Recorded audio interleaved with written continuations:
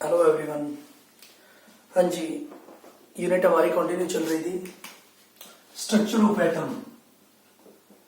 Structure of atom देखिए, last time हमने इसमें डी ब्रोगले कंसेप्ट और हेज़नबर्ग अनसर्टेनिटी प्रिंसिपल किया था, जिसमें उसने बताया था कि किसी भी इलेक्ट्रॉन की पोजीशन और मोमेंटम हम एक ही टाइम में एग्जैक्टली डिटरमाइन नहीं कर सकते, ठीक है।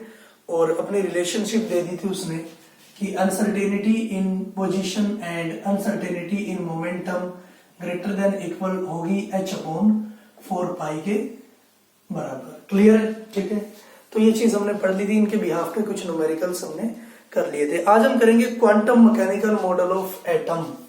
Quantum mechanical model of atom. Quantum mechanical model of atoms.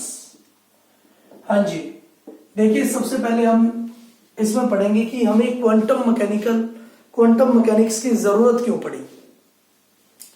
जो हमारे पास क्लासिकल मैकेनिक्स थी, जो हम अब तक पढ़ चुके थे, ठीक है, वो हमारे पास अप्लाई हो रही थी, ठीक है। न्यूटन्स लॉ के बेसिस पर वो हमारे पास मैकेनिक्स हम पढ़ रहे थे उसको।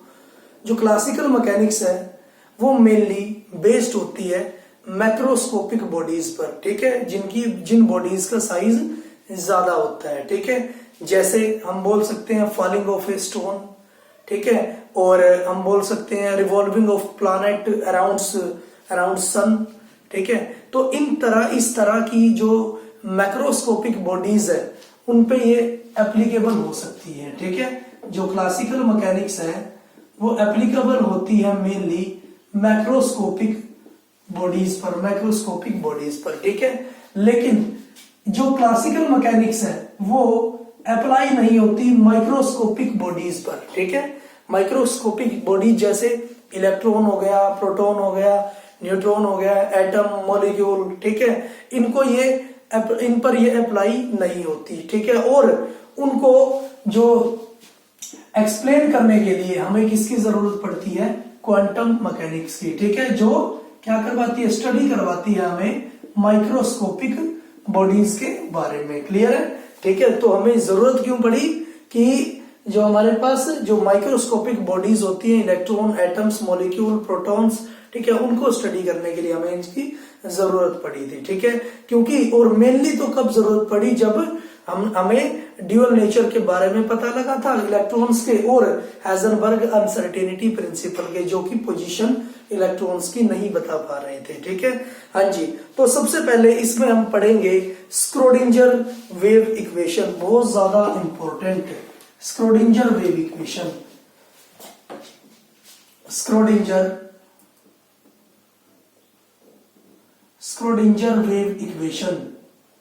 वेव इक्वेशन बहुत ज्यादा इंपॉर्टेंट है। क्लियर है? हाँ जी, जो स्क्रोडिंजर हुए हैं हमारे पास, जो इरविन स्क्रोडिंजर थे, ठीक है, 1926 में उन्होंने एक इक्वेशन दी थी, ठीक है, एक इक्वेशन दी थी जिसमें उन्होंने एक वेव फंक्शन माना था साई, ठीक है।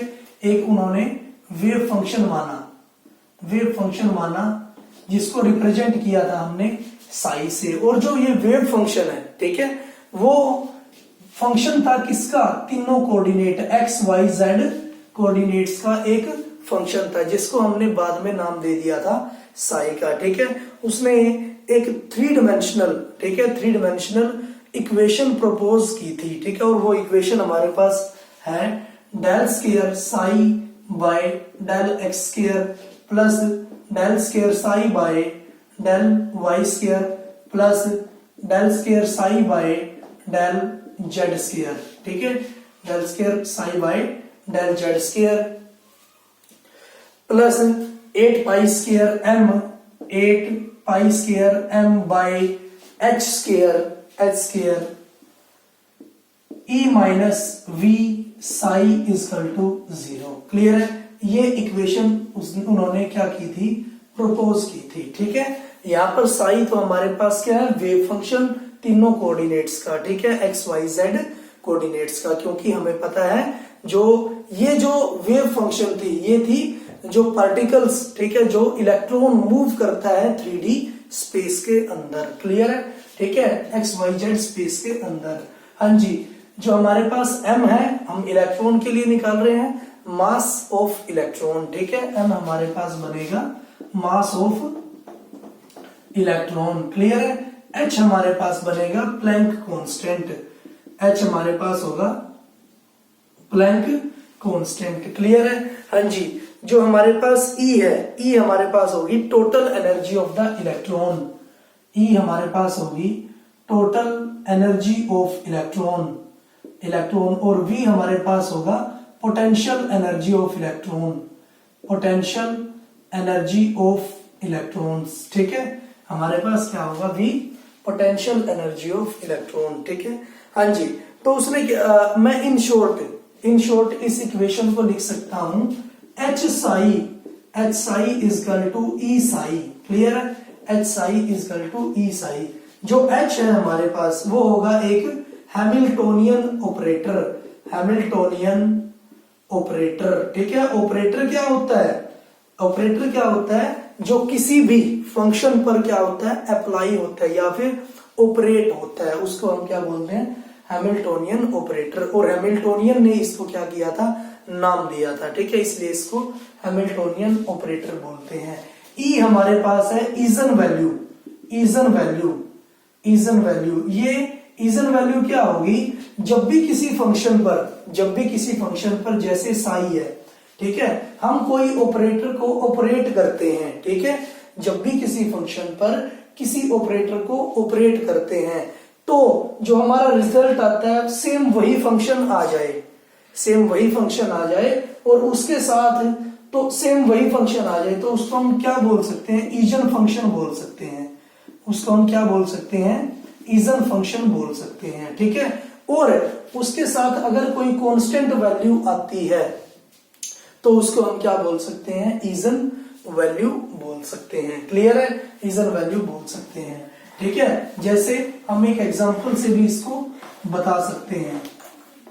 जैसे हमारे पास कोई फंक्शन है psi equal to sine x है। ठीक है, हमारे पास एक फंक्शन है psi equal to sine x और हमने इस पे ऑपरेटर लगाना है del square by del x square of psi. Clear है? मतलब इसका डबल डेरिवेटिव निकालना है with respect to x. Clear है? डेरिवेटिव निकालना है विद रिस्पेक्ट टू एक्स। तो सबसे पहले तो हमारे पास फंक्शन है, मैं फर्स्ट डेरिवेटिव निकालता हूं del psi by del x. Clear है? ठीक है, या डबल डेरिवेटिव का मतलब हमारे पास होता है कि del by del x of del by del x of psi. Clear है?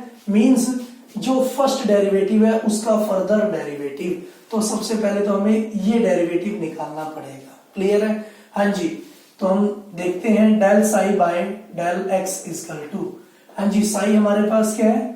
Sine x, del by del x of sine x. ठीक है, इसका जो डेरिवेटिव होता है साइन एक्स का डेरिवेटिव होता है कोस एक्स। क्लियर है? ये आपको याद रखना है। ठीक है, या आप ठीक है मैथ में या फिर फिजिक्स में या फिर केमिस्ट्री में फर्दर इसको आगे भी पढ़ेंगे, डेरिवेटिव को भी और इंटीग्रेशंस को भी। ठीक है, हाँ जी, del by del x of sine x equal to होता है कोस एक्स। ठीक है, अब मुझे क्या करना है? ये सिंगल डेरिवेटिव है, अब मुझे क्या करना है? इस सिंगल डेरिवेटिव का एक और डेरिवेटिव हमें करना है। तो मैं लिखूंगा del by del x of cos x, क्योंकि del psi by del x की वैल्यू क्या है? Cos x. तो अब मुझे पता है कि जो कोस एक्स का डेरिवेटिव होता है वो होता है माइनस साइन एक्स। ठीक है, कोस एक्स का डेरिवेटिव होता है माइनस साइन एक्स। तो मैं बोल सकता हूं कि del square by del x square of sine x की वैल्यू आई है हमारे पास। ठीक है, इसकी वैल्यू हमारे पास आई है माइनस साइन एक्स। मींस दो बार अगर डेरिवेटिव करता हूं साइन एक्स का तो आता है माइनस साइन एक्स। तो मैं बोल सकता हूं कि जो साइन एक्स है वो हमारे पास क्या है? ईजन फंक्शन है। क्यों ईजन फंक्शन क्यों है?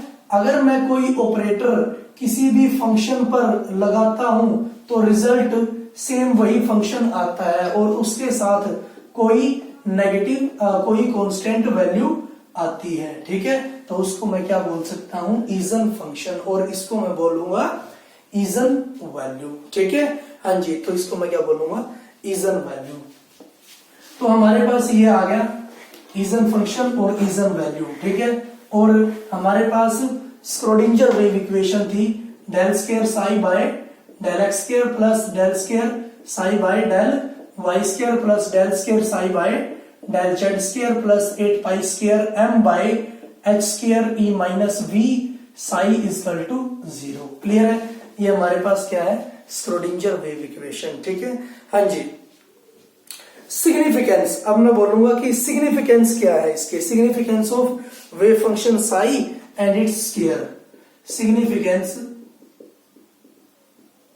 Of Sai and Sai square. Clear है, हाँ जी। जो हमारे पास वेव फंक्शन है, ठीक है, किसका फंक्शन है, वो एक्स वाई जेड का, कोऑर्डिनेट्स का, उसके कोई भी फिजिकल सिग्निफिकेंस नहीं है। क्लियर है, उसके कोई भी फिजिकल मींस इतना उसका कोई भी महत्व नहीं है, ठीक है।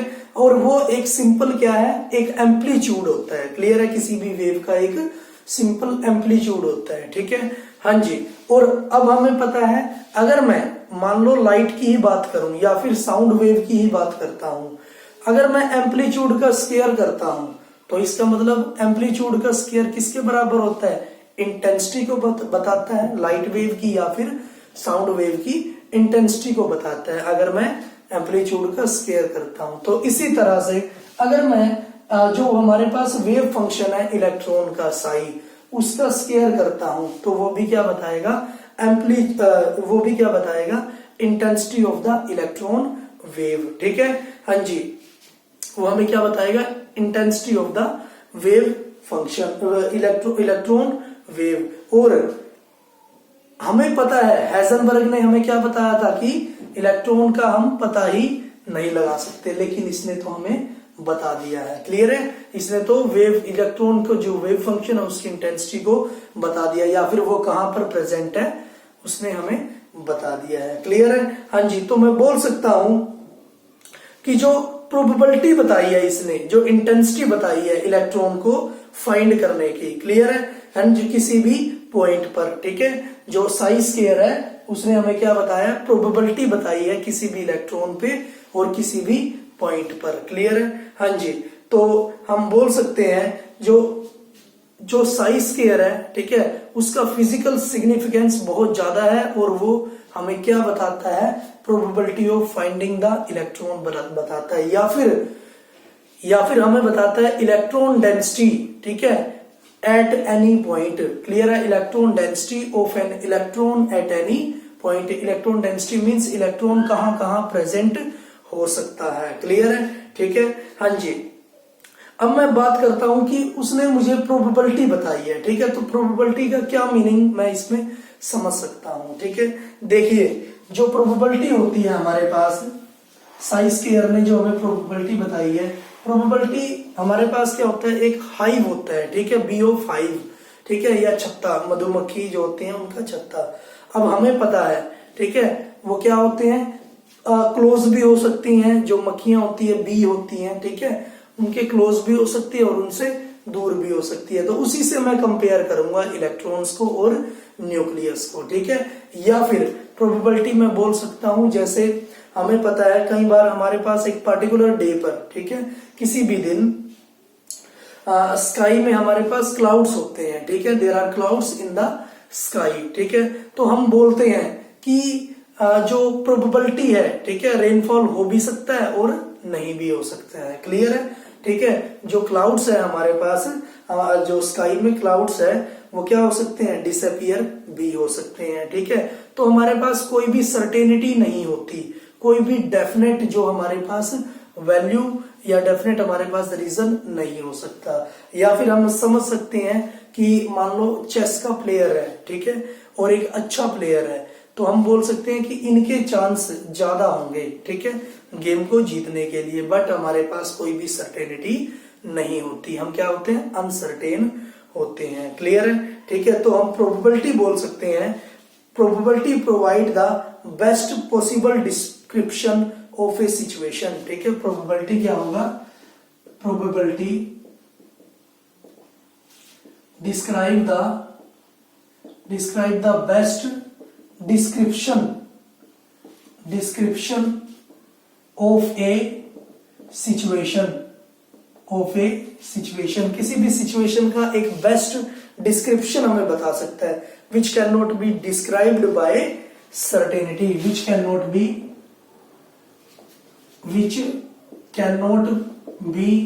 Described with certainty. क्लियर है।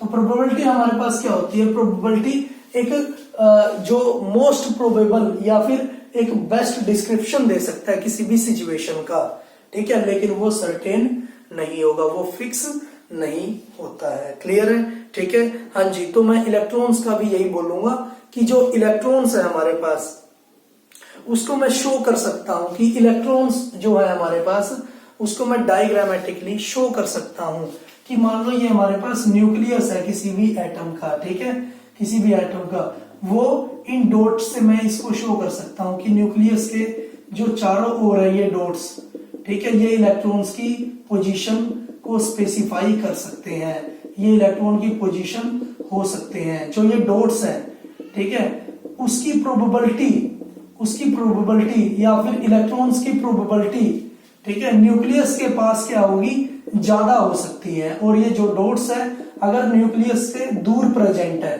ठीक है, तो वो क्या होगी, कम अमाउंट में प्रेजेंट ये हो सकते हैं। मींस मैं बोल सकता हूं कि ये जो डॉट्स है वो न्यूक्लियस के चारों ओर ज्यादा अमाउंट में है, तो मैं बोल सकता हूं कि ये जो डॉट्स है इलेक्ट्रॉन्स की प्रोबेबिलिटी है न्यूक्लियस के चारों ओर ज्यादा, मैक्सिमम हम इसको बोल सकते हैं, ठीक है। हाँ जी, और इनको मैं इलेक्ट्रॉन क्लाउड का नाम भी दे सकता हूं, तो मैं बोल सकता हूं the region of space around the nucleus, the region of space around the nucleus, ठीक है, around the nucleus, which describe the probability of finding an electron, which describe the probability of find the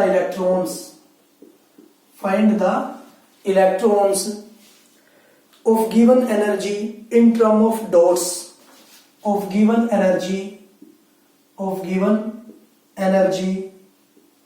in terms of dots is called electron cloud, तो मैं बोल सकता हूं कि जो electron को मैं डिस्क्राइब कर सकता हूं डॉट्स की प्रेजेंस में, ठीक है, और वो स्पेस, वो रीजन, ठीक है, न्यूक्लियस के चारों ओर का, जिसमें वो प्रोबेबिलिटी बताते हैं कि इलेक्ट्रॉन प्रेजेंट होने की प्रायिकता कितनी है, ठीक है, और वो प्रोबेबिलिटी किस टर्म में बता सकते हैं, डॉट्स की टर्म में, और उसको हम क्या बोलते हैं, इलेक्ट्रॉन क्लाउड बोलते हैं। क्लियर है, उसको हम क्या बोलेंगे, इलेक्ट्रॉन क्लाउड। तो इसका मतलब हम ये भी बोल सकते हैं कि जो इलेक्ट्रॉन्स है उसकी कोई शार्प बाउंड्रीज नहीं होंगी, ठीक है, वो बहुत ज्यादा क्लोज भी हो सकता है न्यूक्लियस के और बहुत ज्यादा दूर भी होगा, ठीक है, तो उसकी कोई फिक्स बाउंड्रीज हम इसमें नहीं बता सकते। क्लियर है, तो हम बोल सकते हैं कि जो एटॉमिक ऑर्बिटल होगी, ठीक है, जो एटॉमिक ऑर्बिटल होगी वो क्या होगी, जो इलेक्ट्रॉन है सबसे ज्यादा या 90% जो प्रोबेबिलिटी होती है इलेक्ट्रॉन के पाने की, उसको हम क्या बोलते हैं, एटॉमिक ऑर्बिटल, ठीक है। तो atomic orbital is the 3D, हम बोलेंगे atomic orbital is the 3D space, clear है, atomic orbital is the 3D space around the nucleus within